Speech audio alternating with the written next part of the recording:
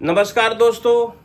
देखिए, जुलाई 2025 में जो कावड़ यात्रा हुई, इसमें 2-4 कावड़ियों की करंट लगने से मौत हो गई, 2-4 कावड़िए हार्ट अटैक से मर गए, 18-20 कावड़िए एक्सीडेंट में मारे गए। एक कार से जा रहे थे, एक्सीडेंट हुआ, 3 लोग वहीं मर गए, 5 घायल हुए। एक ऐसा श्रद्धालु था कावड़िया जो 51 लीटर गंगा जल की कावड़ ला रहा था। वेट ज्यादा होने से कंधे में फ्रैक्चर हो गया। उस दर्द को दूर करने के लिए और कावड़ को पूरा करने के लिए पेन किलर लेता रहा। पेन किलर इतना ज्यादा ले लिया कि लीवर और किडनी में इन्फेक्शन हो गया और उस जवान की मौत हो गई। सैकड़ों लोग इस कावड़िए में मौत के ग्रास बन जाते हैं। जब लोग ये खबर सुनते हैं तो उनको कोई फर्क नहीं पड़ता, क्योंकि वो आदी हो गए हैं। 140 करोड़ की आबादी वाले देश में 100-200 तो मरते रहते हैं, क्या फर्क पड़ता है। लेकिन दोस्तों, फर्क पड़ता है उनको जिनके घर का चिराग उजड़ जाता है, जिनको आपने ये गलत रास्ता बताया। वो अपनी अज्ञानता के वशीभूत लकीर के फकीर बनकर चले जाते हैं और उनके दिमाग में भर दिया जाता है, खंडित नहीं होनी चाहिए, पूरा करना बहुत जरूरी है, भगवान हमको शक्ति देगा। सब मिथ्या है, अज्ञानता है। तो दोस्तों, इस दुख को मेरे को बहुत ज्यादा दुख हुआ, इसलिए मैंने सोचा आपको कुछ बुनियादी बेसिक ज्ञान दूं जो मैंने हमारे गुरुजनों से पाया है। तो आइए सुनते हैं, कावड़ लाना उचित है या नहीं। सबसे पहले हम ये जानते हैं, देखिए, अनादिकाल से मनुष्य कुछ बुनियादी प्रश्नों में उलझा हुआ है। जैसे, ये सृष्टि किसने बनाई है? सृष्टि अपने आप बनी है या किसी कर्ता ने इसका सर्जन किया है? यदि कर्ता ने इसका सर्जन किया है तो ये किस सिद्धि के लिए किया है? ये सृष्टि उस कर्ता के नियम के अनुसार चल रही है, सिद्धि को पाने के लिए चल रही है, या अंधाधुंध ऐसे ही दौड़ी जा रही है? इस इंसान का उस सृष्टि के कर्ता के साथ कोई संबंध है या नहीं? इंसान कहाँ से आता है, मरने के बाद कहाँ जाता है? मरने के बाद इंसान का अस्तित्व है, यानी जीवन निरंतर है, या अस्तित्व खत्म हो जाता है? ये कुछ बुनियादी प्रश्न हैं जिनकी उलझन में सदियों से इंसान पड़ा हुआ है। देखिए, कला, दर्शन और विज्ञान इन प्रश्नों के उत्तर खोजने की प्रयास में लगा हुआ है, मगर वो परमात्मा के अस्तित्व को मानने को स्वीकार नहीं करता। वो परमात्मा को नहीं मानता है, लेकिन हाँ, इन प्रश्नों की खोज में वो लगा हुआ है। कुछ लोग भगवान के अस्तित्व को मानते नहीं हैं और कहते हैं कि ये एक केवल मात्र सिद्धांत है। कुछ लोग को मानना है कि जो भगवान है वो इस संसार की त्रुटियों से ऊपर कोई एक आदर्श सिद्धांत है, कोई आदर्श एक व्यवस्था है, उसको भगवान का नाम दे दिया गया है। कुछ लोग भगवान को काल्पनिक, परमात्मा को काल्पनिक मानते हैं, मगर एक यूनिवर्सल ट्रूथ है क्या कि कोई भी चीज इस दुनिया में पहले उसकी शक्ल आती है, पहले वो जन्म लेता है, उसके बाद उसका नामकरण संस्कार होता है। जैसे पौधा जमीन से बाहर निकला, उसके बाद उसका नाम रखा जाता है कि ये किस चीज का पौधा है। बच्चे ने जन्म लिया, बच्चे की दुनिया में शक्ल आई, फिर उसका नाम रखा जाता है। यानी कोई भी दुनिया में नाम है, इसका मतलब वो चीज अवश्य है। परमात्मा का नाम है तो परमात्मा अवश्य है, मगर उस परमात्मा को पहचानेंगे कैसे? क्या पहचान है? परमात्मा क्या है? ये जानने के लिए आपको तत्वदर्शी, जिन्होंने साक्षात किया है, उनके पास जाना होगा।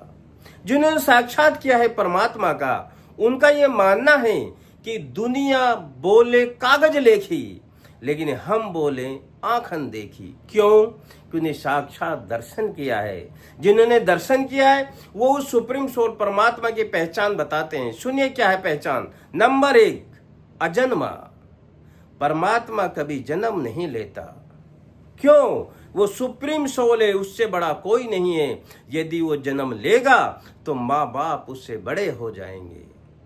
नंबर 2, अकर्मा, वो कोई कर्म नहीं करता। यदि काम करेंगे, कुछ कर्म करेंगे तो कर्म बनेंगे, अच्छे बनेंगे या बुरे बनेंगे, पाप बनेगा या पुण्य बनेगा, बनेगा जरूर। पाप और पुण्य में केवल इतना फर्क है कि पाप लोहे की बेड़ी है, पुण्य सोने की बेड़ी है, मगर दोनों को भुगतने के लिए आपको फिर जन्म लेना होगा। तो इस पचड़े से पढ़ने के लिए वो कोई काम नहीं करता, हाँ दूसरे से करवाता है। नंबर 3, ए शरीरी, वो शरीर धारण नहीं करता, क्योंकि शरीर धारण करने से शरीर के अहम घमंड आ जाता है और वो तो इन सब से परे है। नंबर 4, वो पवित्र है। पवित्र का मतलब निर्विकार, निरअहंकार, निराकार, उसका कोई आकार नहीं है। अच्छा, आकार का मतलब यहाँ ये नहीं है कि उसका कोई आकार ही नहीं है। जैसे बिंदु है, बिंदु का कोई आकार नहीं है, आकार में है बिंदु लेकिन गुणों में है सिंधु। ये है परमात्मा की पहचान। नंबर 5, सत्य। सत्य मतलब जिसका कभी भी विनाश नहीं होता, आदि अनादि से है और रहेगा, वो सत्य है। ये मुख्य 5 विशेषताएं हैं उस परमात्मा की, जिसके पीछे पूरी दुनिया अंधी होकर भाग रही है, रास्ता भटक गई है। कोई क्या कर रहा है, कोई क्या कर रहा है, ये सब आडंबर हैं। अब सोचो, जब वो परमात्मा जन्म नहीं लेता, शरीर नहीं है, ए शरीरी है, काम नहीं करता, तो किसके लिए कावड़ आ रही है, किसको चढ़ाई जा रही है? ये सब आडंबर हैं भाई साहब। उसके लिए पूजा अर्चन की जरूरत नहीं है। पूजा अर्चन तो एक दलदल है, जितना करोगे उतने धंसते चले जाओगे, इसका कोई लिमिट नहीं है। पूजा अर्चन नहीं, साधना आराधना करनी है, यदि उसका आपको अनुभूति करनी है तो।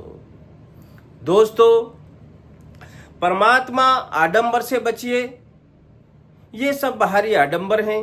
कुछ लोगों ने, धर्म के ठेकेदारों ने, अपनी दुकान चलाने के लिए, ताकतवर लोगों को डाउन करने के लिए कि वो उनको बड़ा मान सम्मान मिल जाएगा, ऐसे कामों में लगा देते हैं, जिससे उनका शरीर बेकार हो जाता है और कई बार तो मौत के ग्रास में भी पहुंच जाते हैं।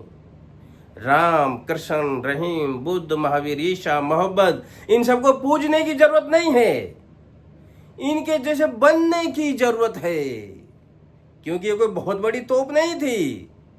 कृष्ण जी ने किसानों का साथ दिया, भाई फ्री में दूध नहीं देंगे।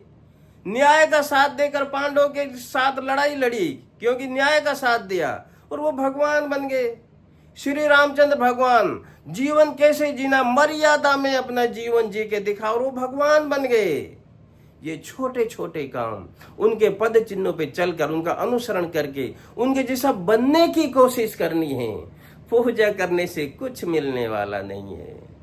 तो दोस्तों, मेरा यही कहना है, सत्य को जानें, ज्ञान को जगाएं, आडंबरों से बचें और भगवान की सच्ची आराधना और पूजा करें। मन प्रसन्न चित्त रहेगा, अपनों को भी आप सुख दे पाएंगे।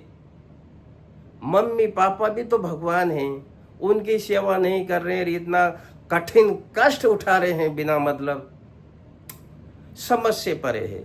तो दोस्तों, यदि आपको हमारे विचार अच्छे लगे तो हमारे YouTube चैनल है रीडिस्कवर भारत, पुराने भारत की मान्यताओं का फिर से पुनः विवेचन अध्ययन। क्या पहले ये सब था? नहीं, बीच में शुरू हुआ, हमने पकड़ लिया, गलत रास्ते पे आ गए। तो हमारे विचार यदि आपको अच्छे लगे तो हमारे चैनल को सब्सक्राइब कीजिए। आज इतना ही। जय श्री राम।